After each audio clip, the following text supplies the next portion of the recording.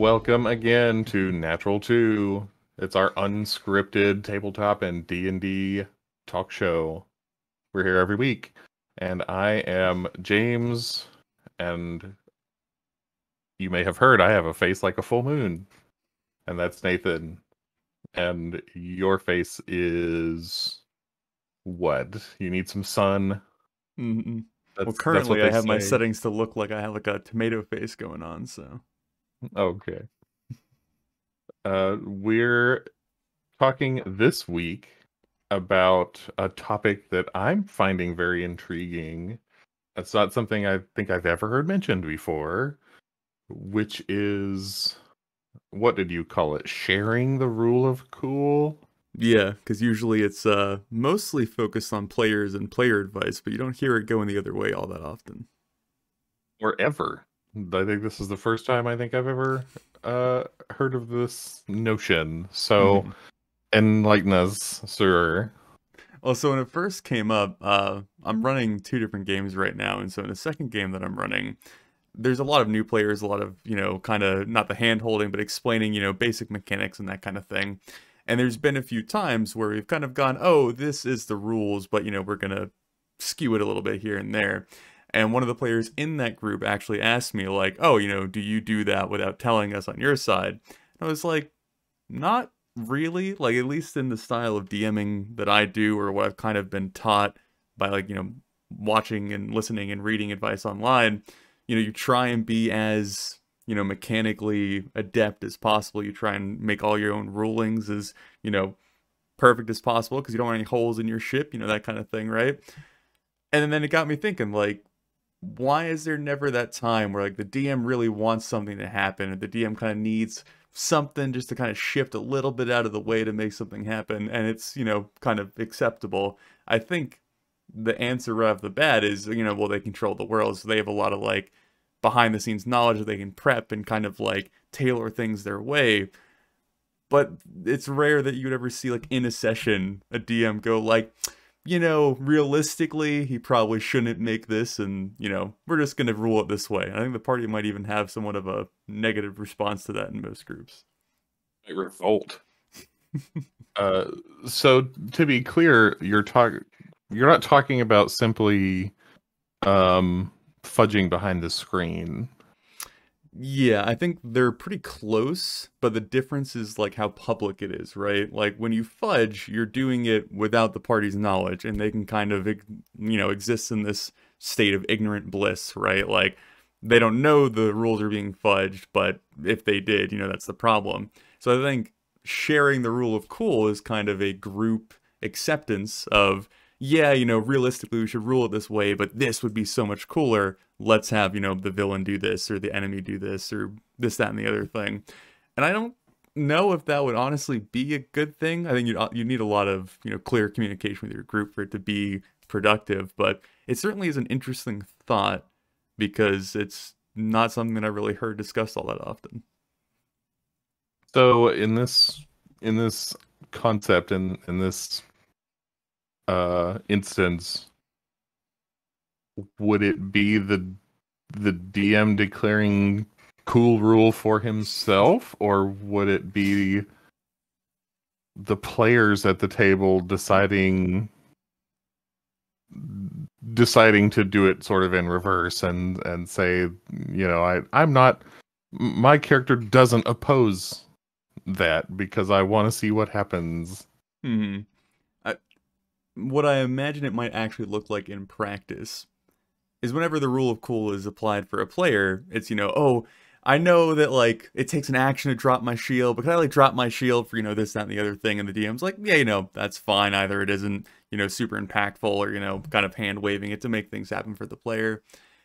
The, immediate reversal is the DM having to stop the session or pause for a moment and be like, hey, is it all right if I do this? And then kind of, I guess, get a vote from the players and see how that happens, which might be interesting, but might also become incredibly messy because you'd have that one guy who's like, no, we need this, that, and, then the rest of the group's like, come on, man, relax.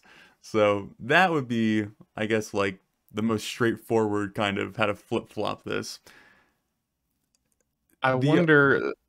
there's a concept in Savage Worlds, Hmm. which is another tabletop system called the Benny, and it's been a while since I played, but the idea is that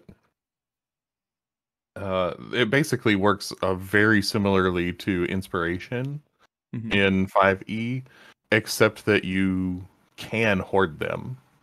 Uh, you start with 3. There are ways to get more.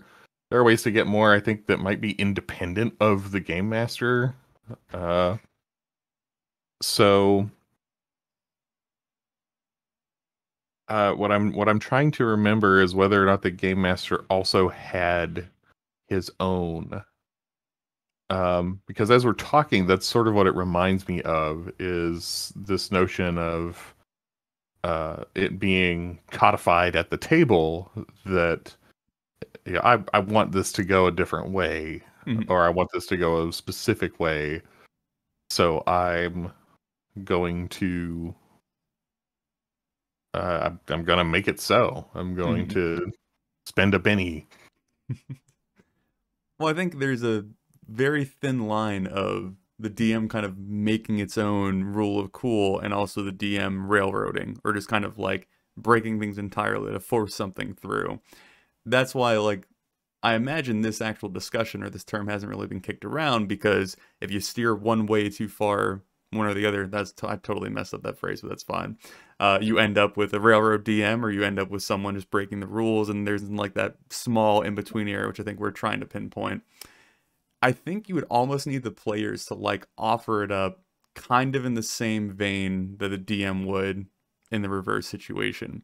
But the game is not built to facilitate that, and like the community and like the general vibe of D&D isn't really designed for that either. So you'd certainly have to like make this a pretty substantial point with your group and then like workshop it.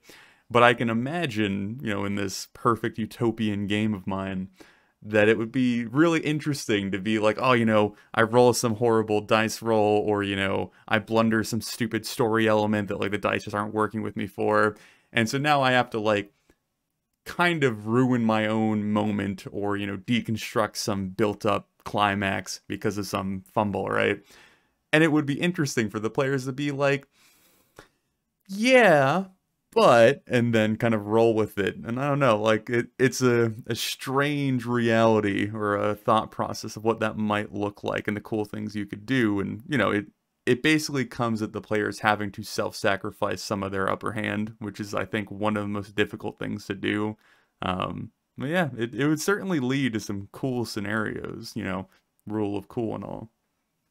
I think that some of that comes from like you mentioned already, the DM is perceived to have all the control, all the power, but there is that meta layer of, if the players aren't happy, I don't have a game anymore. Hmm. Uh, Either literally or figuratively. So the DM does have unwritten rules, or some pretty definite expectations that it sounds like this might, if you could come to this sort of agreement at the table as a group, this might allow you to bend from time to time. Hmm. I think So go ahead. But I think like one of the reasons this kind of is an appeal to me or something that I could see being a really cool benefit is I've talked about it in the past couple of natural twos, but I've been doing a lot of solo TTRPG stuff. And when you're put in that role, the mechanics are kind of less important because in all reality, you're the only one sitting there watching this take place, right? So if something like if a roll goes bad, it's going to ruin your fun, then why on earth would you stick with it if you're literally the only person affected by this, right? So there is this sense of I'm here to have a good time and play a good story, and if the mechanics are standing like a brick wall in front of me, then well, guess what? Those mechanics are gone, right? And so applying that same mindset to a group game, it is a little bit messier because everyone has to believe, it's fair and all their, input and time and effort and like building their character is all equally appreciated. But it is an interesting concept, or at least a potential, if it's all, handled incredibly well, cool outcome to have just everyone really invested in the story and being willing to kind of bend the mechanics in certain places to make that happen. But that gets really strange with four people and one kind of having the DM leadership role. It's a very strange dynamic. I can already hear someone typing with the system other than D&D that they recommend for what we're talking about here, a more narrative focused game. And you know what? I'm ready for it. Put it in the comments. I want to hear it. This is probably the only time that's ever happened for you. At least recently. So that or anything else, yeah, in the comments. Before we end our conversation, I want to know a little more about so this idea came about in your campaign that you're running for. Are they all new? Are they all new players? I think we have one who's like a D&D player who like knows the rules and has played a fair bit, and then a few of the others have like played it at some point, played it a long time ago, played similar systems, and then basically two of them are more or less brand new. So just quickly, like what were the circumstances where this came up? Like what was that I'm trying to remember like? the exact conversation. It mainly boiled down to the player that I was talking to was I think they were all experiencing a level up. That's what it was. And so he was shooting me a bunch of feats that he was potentially going to take because they were leveling up to level 4. So it's the whole attributor feat option. And he was asking like, when certain things would come into effect or how I made certain rulings with the wordings of the feats and all that kind of stuff. And a lot of the conversation kind of strayed into that's probably not exactly what the wording intended, or, realistically rules as written, this shouldn't work this way. But if this is your intention, I'm very willing to kind of like blur those lines or rule in one way to kind of help you flesh out your character, or, have him come into his own, right? And that's when like, it kind of drifted more towards the rules in general and how to kind of keep them in line or keep it balanced or equally applied to the players and the DM. And then I realized that it honestly probably isn't equally applied to the DM and the players, because the players get so much more wiggle room as far as I'm aware in like most groups, right? Every DM is willing to kind of push things around or kind of nudge things, to the side just ever so gently, because the players need to have fun and that's the main goal, right? But the DM doesn't really have that same leeway, at least not in the same way. So that's how the whole kind of conversation happened. And then I kind of took it after the fact and kind of ran with it, just thinking about it throughout the day. So it's strange. And I don't quite know if there's a conclusion to it or an actual way to put it into effect. It's yeah, it's a very interesting concept. Well, I think if nothing else, if you are a DM, it's okay to give in to that impulse sometimes and just know that it will be cool if this happens. Therefore, this time, this happens. I am curious, and it's so much of like context would matter in this question, but kind of broadly, if we were playing Talora, which is our long-term game, got to plug that, and something's happening, some big villain monologue, or he's trying to escape, or there's some kind of big thing happening right now, and it's clearly kind of leaning towards whatever I'm trying to do isn't working.